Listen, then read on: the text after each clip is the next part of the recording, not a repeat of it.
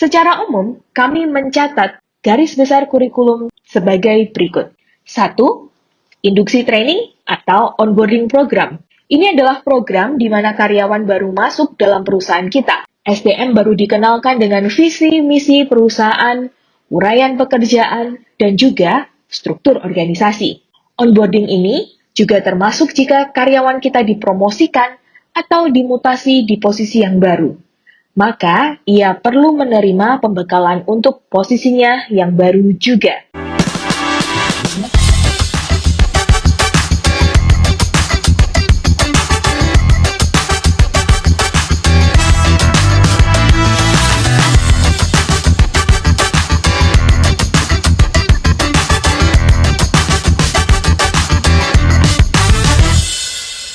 Hello everyone, welcome back to Curhat HRD.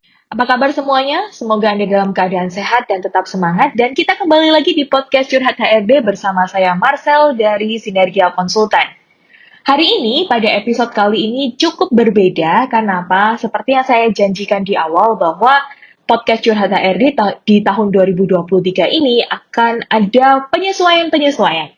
Kita akan ada special episode di setiap 3 bulan sekali, yang mana itu berupa video podcast, dan kali ini juga tidak akan ada Human Capital Coach yang berdiskusi, tapi justru saya ingin membacakan satu hal yang menarik tentang Human Capital, terutama pada topik kita tentang training. Banyak sekali perusahaan yang struggling untuk membuat satu kurikulum training.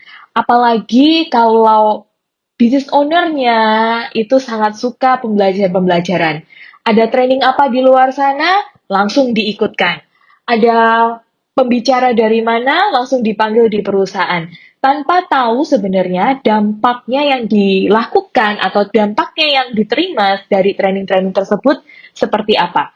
Karena mereka belum punya kurikulum yang tepat, kurikulum yang terstruktur untuk menjawab kebutuhan-kebutuhan training di internal mereka. Nah, maka dari itu, sebenarnya semua ini sudah tertuang dalam buku 3 Kunci Sukses Pengolahan SDM oleh Amelia Hirawan pada halaman 137.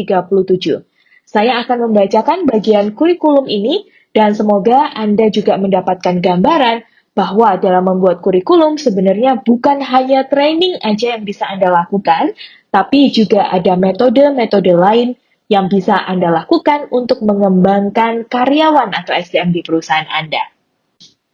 Dan inilah buku 3 Kunci Sukses Pengelolaan SDM oleh Amelia Hirawan tentang kurikulum. Kurikulum adalah hal dasar yang perlu Anda miliki.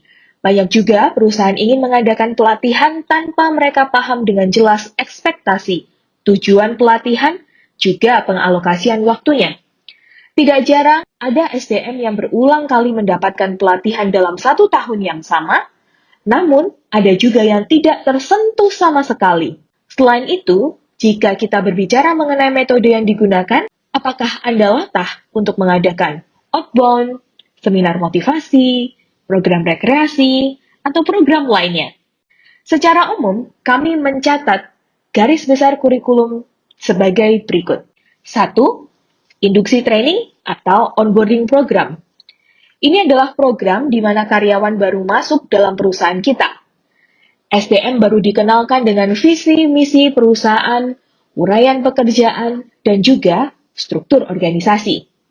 Onboarding ini juga termasuk jika karyawan kita dipromosikan atau dimutasi di posisi yang baru. Maka, ia perlu menerima pembekalan untuk posisinya yang baru juga. 2. Core Learning. Mari buka kembali kamus kompetensi kita. Anda menemukan core competencies yang juga sebagai representasi keunikan dan budaya perusahaan Anda. Sayangnya, masih banyak kita jumpai pemilik bisnis yang mengatakan, "Loh, sosialisasi visi misi dan budaya, itu seharusnya satu jam selesai, cukup loh Bu." Benar sekali. Saat Anda hanya membacakan visi misi dan budaya perusahaan, bahkan 30 menit saja rasanya lebih dari cukup. Namun, menginternalisasikan visi, misi, dan budaya perusahaan ini adalah fondasi yang diperlukan agar semua SDM di perusahaan Anda benar-benar terasosiasi. Mari kita melihat perusahaan Coca-Cola misalnya.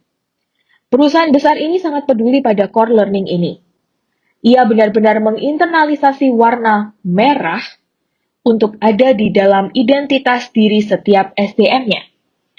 Hasilnya, tiap SDM memiliki keterikatan emosi dengan warna merah. Hal ini dapat membentuk branding yang kuat di hadapan saingannya yang berwarna biru.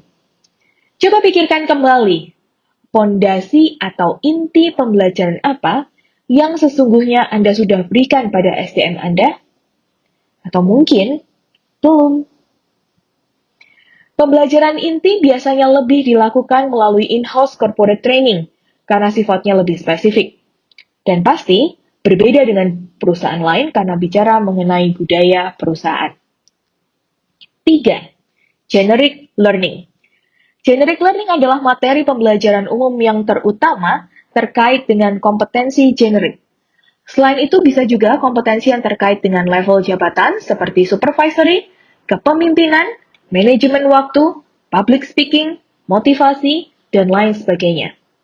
Pembelajaran generik biasanya lebih mengacu kepada soft skill. Metodenya lebih bervariasi dari core learning. Jika jumlah pesertanya tidak banyak dan sifatnya pembelajarannya lebih umum, Anda bisa mengirimkan SDM untuk mengikuti kelas publik, seperti misalnya kelas digital marketing, kelas pajak, dan sebagainya. Selain itu, Anda juga bisa mengadakan pembelajaran ini secara internal juga. Saya kira, saat ini begitu banyak metode pelajaran baik online maupun tatap muka secara langsung yang Anda dapat eksplorasi. 4. Specific learning. Pembelajaran spesifik ini biasanya lebih bersifat teknikal atau mengarah pada keahlian teknis masing-masing SDM. Misalnya saja di Departemen Marketing Communication, banyak kemampuan spesifik yang dibutuhkan seperti kemampuan desain, membuat video, menuliskan konten copywriting, membuat event, dan sebagainya. Dengan demikian, pembelajaran yang dilakukan bisa bersifat lebih praktis. Juga, biasanya diperlukan praktek sebagai metode belajarnya. Kelima, ekstrakurikuler. Ini adalah rangkaian pembelajaran atau aktivitas tambahan yang bermanfaat demi menambah kompetensi, juga mempererat employee engagement. Sebut saja kegiatan bedah buku, kegiatan olahraga bersama karyawan, kegiatan spiritual, kegiatan berbasis hobi, dan sebagainya. Ekstrakurikuler juga bisa melibatkan keluarga karyawan. Hal ini akan membentuk sebuah ekosistem bagi karyawan yang bersangkutan yang dukungannya muncul dari keluarga. Itulah kelima komponen pembelajaran yang perlu dirancang dengan terstruktur di dalam kurikulum dan diatur waktu pelaksanaannya. Nah, itu dari buku 3 kunci sukses pengelolaan SDM mengenai kurikulum training.